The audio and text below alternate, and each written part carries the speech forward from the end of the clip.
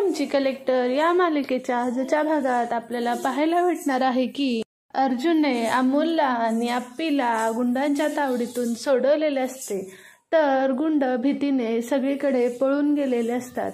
इकडे मॉन्टीला खबर लागते की आप्पी आणि अमोल हे आपल्या तावडीतून सुटून गेलेले आहेत. तो खूप पिसाळतो आणि गुंडांना फोन करून सांगतो की काहीही करा आणि त्यांना पकडा, पण गुंड बोलतात की आता काहीही करू शकत नाही कारण त्यांनी त्यांच्या ताब्यात घेतलेले आहे. अर्जुन अमोलच्या मिठीत रडत असतो. आप्पी हे सगळं बघून खूप खुश असते. आप्पी सुद्धा बोलते की अर्जुन मला माफ कर, मी नको तेव्हा भांडायला नको होतं. अर्जुन बोलतो की खूप चांगला प्लॅन बनवलास, तुझ्या या प्लॅनमुळे आज आपला मुलगा सुखरूप आहे. त्यावर आप्पी बोलते की हो मग प्लॅन काय नाही बनवणार, मी एका मुलाची आई आहे आणि तू विसरतोयस. अर्जुन कलेक्टर आहे, मी कलेक्टर. अर्जुन बोलतो की हो कलेक्टर मॅडम, विसरून गेलो होतो तुमची पावर. त्यावर परत अर्जुन म्हणतो की आप्पे खरंच मला माफ कर, मी तुझ्यावर न चिडता तिथून निघून जायला नको होतं. आप्पे म्हणाली जर तू तिथून निघून गेला नसता तर मी किडनॅप झाले नसते. हे सगळं मी मुद्दामून केलं तू तिथून रागातून निघून जाण्यासाठी, कारण मला तिथून येताना गाडी दिसत होती. अर्जुन बोलतो बर चल सोड सगळं आप्पे, आता आपल्याला घरी जायला पाहिजे, घरची खूप आपली काळजी करत असतील.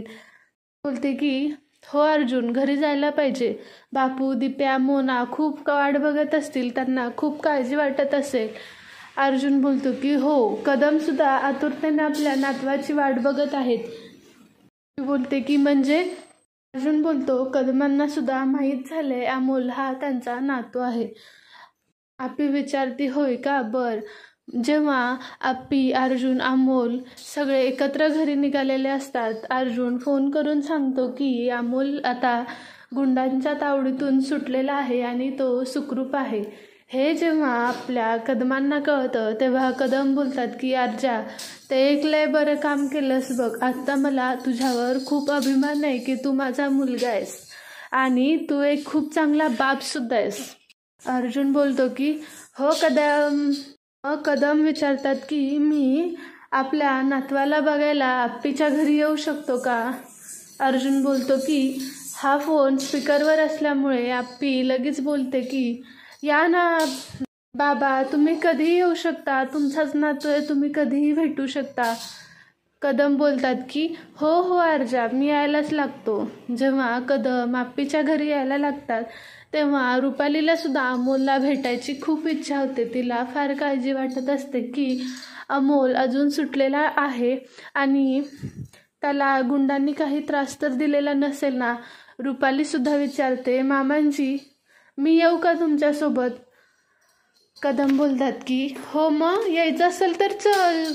रुपाली बोलते की थांबा मामांजी 5 मिनिट, मी लगेचच आले. आणि ती देवापुढे पाया पडते आणि देवाला म्हणते की माझ्या अमोलला तू सुखरूप वाचवलंस, याबद्दल मी तुझे कसे आभार मानू हे मला कळतच नाहीये. मग रुपाली आणि स्वप्नील सुद्धा यायला निघतो. रुपाली, स्वप्नील, कदम हे सगळे आप्पीच्या घरी यायला निघतात. तेव्हा आप्पी सुद्धा आपल्या घरी फोन करून सांगते की अमोल सुखरूप आहे आणि मी सुद्धा सुखरूप आहे.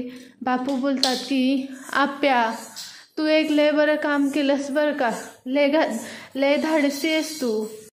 आप्पी बोलते की हो मग पोरगी कोणाची आहे मी? बापू बोलतात की आप्प्या जशी आहेस तसं तिथून लगेचच निघ आणि घरी ये. आप्पी अर्जुन सगळ्यांना कळवून घरी जायला निघतात. वाटेत अर्जुन चिंचुकेला सुद्धा फोन करून सांगतो की चिंचुके आपला मुलगा आपल्याला परत भेटलेला आहे, आता त्या मॉन्टीचं काही खरं नाही. चिंचुके बोलतात की देवाचं लाख लाख आभार आहेत की त्यांनी अमोलला व्यवस्थित आणि सुखरूप वाचवलं. साहेब मी आज लई खुश आहे बघा. अर्जुन एवढं बोलतो आणि बोलतो की अर्जुन चल चिंचुके ठेवतो, भेटू उद्या पोलीस चौकीत. चिंचुके बोलतात हो हो हो सर भेटू आपण, घ्या काळजी घ्या, पोराची पण काळजी घ्या, एवढं बोलतात आणि फोन ठेवतात.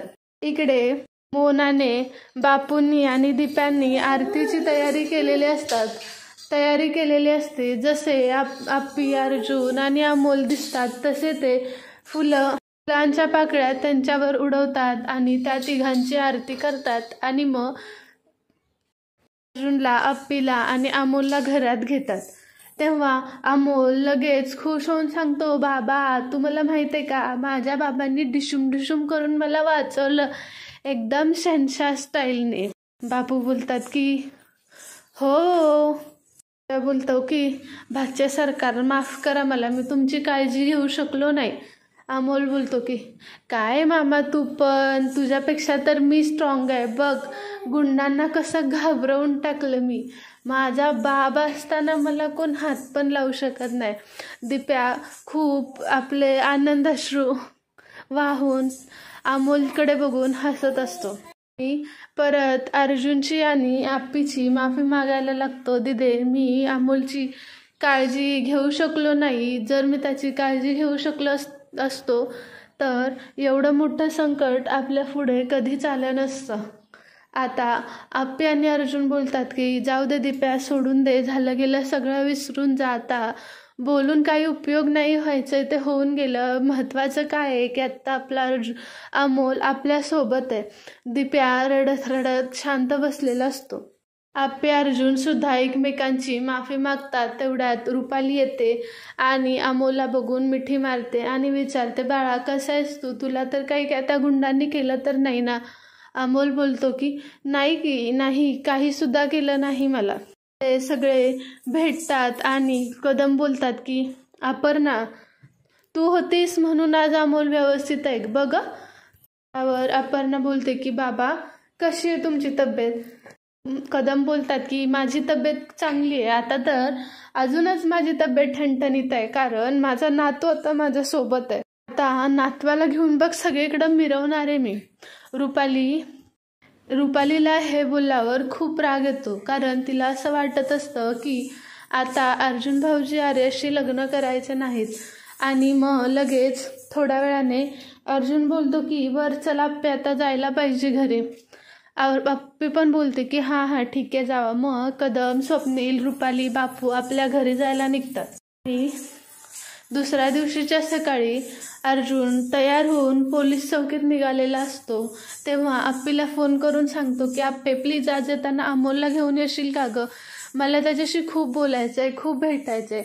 आप्पी बोलते की का, तू नाही घ्यायला येणार का अमोलला, तो तुझा पण मुलगा आहे. अर्जुन बोलतो की मग मी त्याला घेऊन आलेलो, तुला चालणार आहे. आप्पी बोलते की मग असं काय बोलतोस अर्जुन, तो तुझा पण मुलगा आहे. 7 वर्ष त्याला बापाचं प्रेम नाही भेटलं, पण इथून पुढे त्याला बापाच्या प्रेमाची कमी नाही पडली पाहिजे. अर्जुन खुश होऊन फोन ठेवतो आणि लगेच अमोलला भेटायला घरी निघतो. घरी निघालेलाच असतो की एवढ्यात रुपाली त्यांना थांबवते आणि बोलते की भाऊजी थांबा, तुम्हाला तुमच्याशी एका महत्त्वाच्या विषयावर बोलायचं आहे. अर्जुन बोलतो की वहिनी, तुम्ही जर आता आर्याच्या विषयावर आणि लग्नाच्या विषयावर बोलणार असला तर थांबा जरा, आत्ता तर कुठल्या सगळ्या प्रकरणातून बाहेर पडलो, एवढी काय घाई आहे लग्नाची, मी काही कुठे पळून जाणार नाही आहे. रुपाली बोलते की भाऊजी तुम्ही कुठे पळून जाणार नसला तरी तुमचा इरादा बदलू शकतो, आणि तो इरादा बदलायच्या आधी तुम्ही लक्षात ठेवा की आर्याच्या आईला आपण सगळ्यांनी शब्द दिला आहे, साखरपुडा सुद्धा तुमच्या मर्जीनं झाला आहे आणि आज आर्याची आई तुम्हाला भेटायला येणार आहे. एवढं बोलत असते की आर्याची आई तिथे आलेली असते आणि म्हणते की अर्जुनराव नमस्कार. अर्जुन बोलतो की या बसा, वहिनी चहा पाण्याचं बघा जरा. रुपाली चहा पाण्याला जात असते तेव्हा आर्याची आई बोलते की चहा पाण्याची काही गरज नाही, मी ज्या विषयासाठी आली आहे तिकडेच आपण मुद्द्याचं बोलूया. अर्जुन बोलतो काय. आर्याची आई बोलते की मग लग्नाची तारीख आपण कधी काढायची. अर्जुन बोलतो की आत्ता काय घाई आहे, आता जर सगळं व्यवस्थित झालंय, थांबा जरा बघू आपण काहीतरी. आर्याची आई बोलते की थांबा जरा म्हणजे काय, आधी तर तुम्ही किती घाई करत होता आणि आत्ता काय करायचं, तुम्हाला लग्न करायचंच नव्हतं तर मग साखरपुडा कशाला केला. अर्जुन बोलला की मी कधी म्हणलो की मला लग्न करायचं नाहीये, मी फक्त एवढंच बोलतोय की थांबा जरा आपण करूया, मी कुठे पळून जात नाहीये. आर्याची आई बोलते की जर तुम्ही लग्नाला नकार दिला तर तुम्ही लक्षात ठेवा गाठ माझ्याशी आहे, तुम्ही लग्नाला दिल्यानंतर माझ्या मुलीने कोणाकडे जायचं, कोणाकडे बघायचं, तिचं काय होईल याचा विचार तुम्ही कधी केलाय का? अर्जुन बोलतो की हो आपण बघूया, मला आर्याशी सुद्धा बोलायचंय. आर्याशी आज पोलीस चौकीत मी बोलणार आहे. त्यावर आर्याची आई बोलते की काय बोलणार आहे पोरगी, तुम्ही फोन उचलत नाही, काही नाही, तिनं खाणं पिणं सोडून दिलंय, पूर्ण ती तुमच्याच काळजीत असते, तुमचाच विचार करत असते आणि मला साधा तिला एक फोन सुद्धा करायचा झाला नाही. अर्जुन बोलतो की हो फोन करणारच होतो, पण एवढा गडबडीत कालचा दिवस गेला, अमोलला सोडवलं, मला काही कळलं नाही. आर्याची आई बोलते की घरच्यांना तर सुखरूप आहे हे कळवलं, मग तेवढाच फोन आर्याला केला असता तरी बिचारीनं खूप खुश झाली असती, ती काही तुमचं वाईट बघत नाही. अर्जुन बोलतो की हो कळतंय मला, मी आता तिच्याशी बोलणार आहे. आर्याची आई म्हणते की तुम्ही काय करायचंय ते बोलायचंय ते बोला, करायचंय ते करा, पण आता लवकरात लवकर लग्नाची तयारी करायला सुरुवात करा आणि तुम्हाला कधी वेळ आहे ते मला फोन करून सांगा, आपण लग्नाची बोलणी करायला सुरू करूया.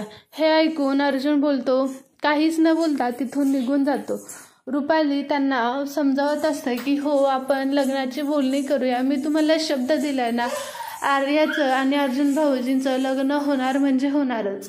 आणि रुपाली मनातले मनात म्हणते की जर आर्याचं आणि अर्जुनचं लग्न झालं तरच माझा जो हेतू आहे तो पूर्ण होऊ शकतो, नाहीतर माझा हेतू कधीच पूर्ण होऊ शकत नाही. रुपाली लगेच ते गेल्यानंतर मोनाला फोन करून विचारते की काय ग मोना, तुला कळालं का काय, अर्जुन आणि अप्पीमधले काय वाद मिटले का? त्यावर मोना बोलते की नाही, मला अजून तरी माहीत नाही, वंश गेले आहेत, त्या नाश्ता करत आहेत, मी नंतर बोलते. एवढं बोलून मोना फोन ठेवते की अप्पी विचारते कोणाचा फोन होता, बोलायचंच ना. मोना बोलते की काही नाही, आम्ही नंतर बोलू, एवढं काही महत्त्वाचं नव्हतं. अप्पी ठीक आहे बोलते. सगळे हसत दिप्या बापू नाश्ता करत असतात आणि अप्पी सांगते की आज अमोल तुला कोण भेटायला येणार आहे माहिती आहे का? अमोल विचारतो कोण गमा? तेव्हा अप्पी बोलते की आज तुला तुझा बाबा भेटायला येणार आहे. अमोल बोलतो की या माझा बाबा मला भेटायला येणार आहे, खूप खुश होतो आणि फटाफट खातो आणि म्हणतो की चला मला उरकलं पाहिजे, माझा बाबा भेटायला येणार आहे. त्याची हे एक्साइटमेंट बघून सगळेजण खूप हसतात आणि नाश्ता करून घेतात. आणि इथेच अप्पी आमची कलेक्टर हा भाग संपतो. तुम्हाला जर या मालिकेच्या असेच अपडेट्स ऐकायचे असतील तर प्लीज आपल्या चॅनलला लाईक शेअर सबस्क्राईब करायला अजिबात विसरू नका. Thank you so much.